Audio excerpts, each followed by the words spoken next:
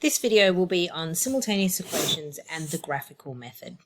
And my screen's a bit bigger than it normally will be because we're actually going to go to Desmos with this question. So let's have a read of the question first and discuss why the graphical method will be helpful to us here. A car passed a point on a course at exactly 12 noon and maintained a speed of 60 kilometers per hour. So that's a constant speed that the car travels every hour. It will travel a distance of 60 kilometers.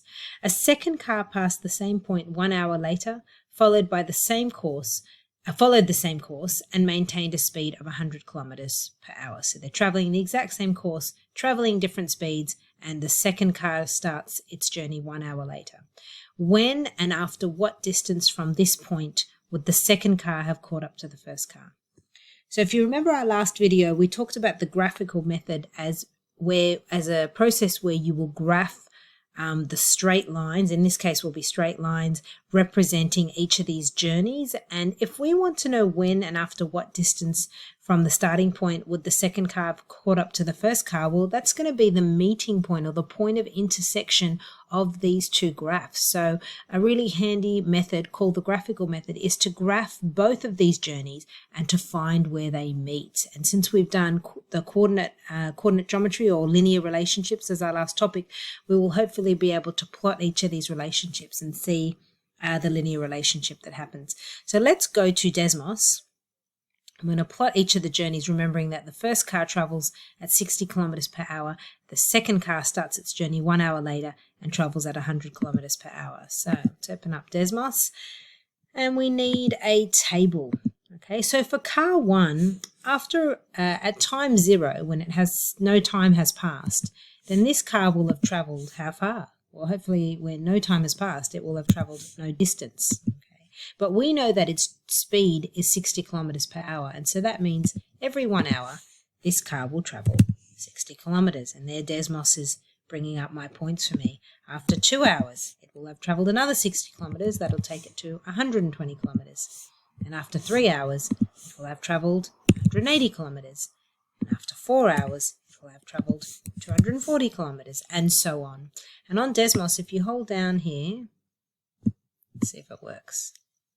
It will actually, and I click on line, it'll join those points forming a line. That is now car 1. And I want you to think about how could I represent car 1's journey as an equation? Because don't forget, what we normally do is we give you the equations and you would then graph those equations. This question's slightly different. We've given enough information to plot the points without an equation, but I want to know whether you know the equation representing this car's journey. Let's have a look at car number 2.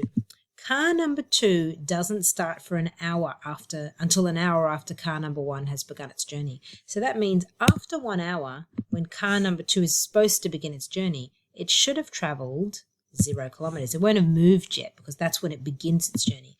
But we know that every hour it travels 100 kilometers per hour. So after 2 hours, it should travel 100 kilometers. And after 3 hours, it should travel another 100 kilometers, taking it to 200 kilometers. And after 4 hours, it'll travel another 100 kilometers, taking it to 300. If you can see from the dots already here that we know that these lines will intersect before that period of time. So I probably can stop now. Let's draw that line in there. Get the line. Let's draw the line. Might make it a nice color of orange. Actually, I might make it purple to stand out a bit more.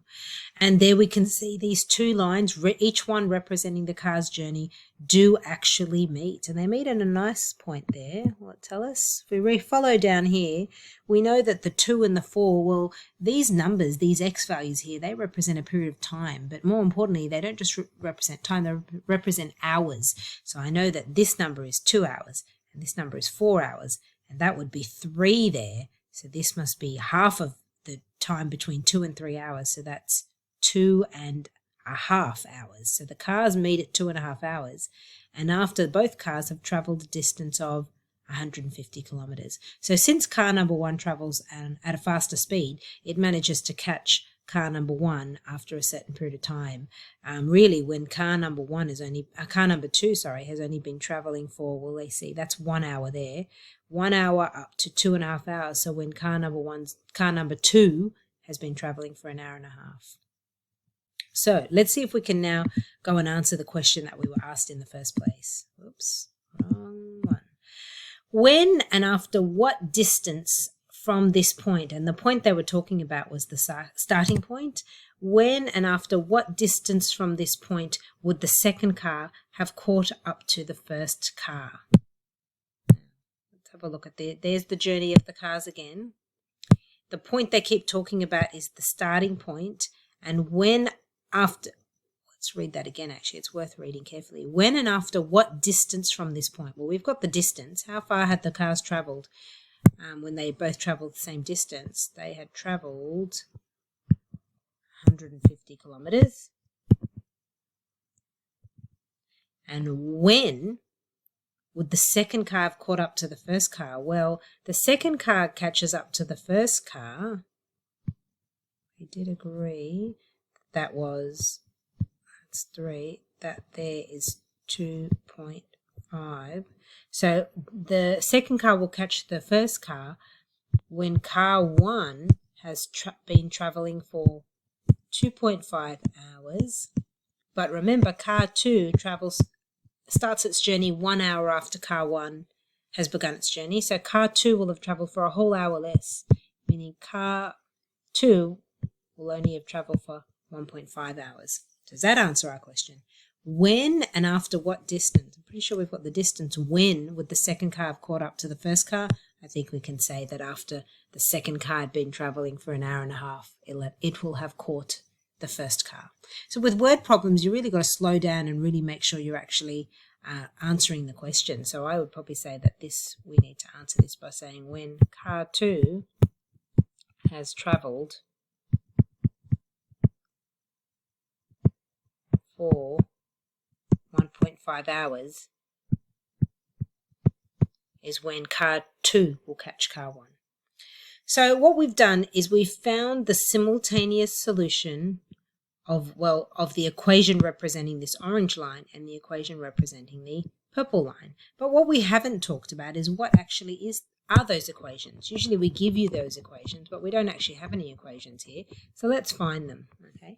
The purple equation is actually easier to find than the orange equation, because what we know is that car travels 60 kilometres every hour. So every single hour that passes, this car's journey or its distance travel will go up a total of 60. So we can see there that for a run of 1, the rise is 60. So that gives me a gradient of 60 over 1, or just 60. And the other thing I can see is the y-intercept of the purple line is 0. So really the first equation in my set of simultaneous equations is y equals 60x.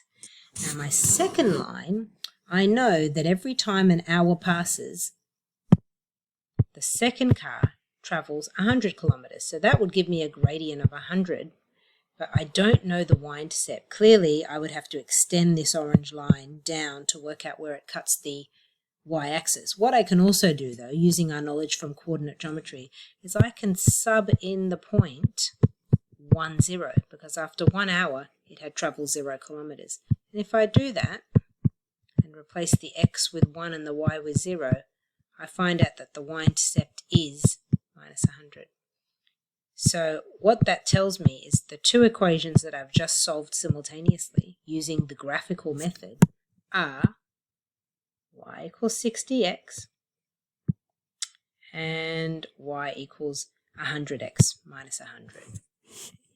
So that hopefully is a nice example for you of the graphical method and how it works. We're usually given two equations. We will graph both those straight lines for now, and we will find where those two lines meet. And that point where they meet is the simultaneous solution of both equations, meaning that particular set of x and y values will satisfy both the lines.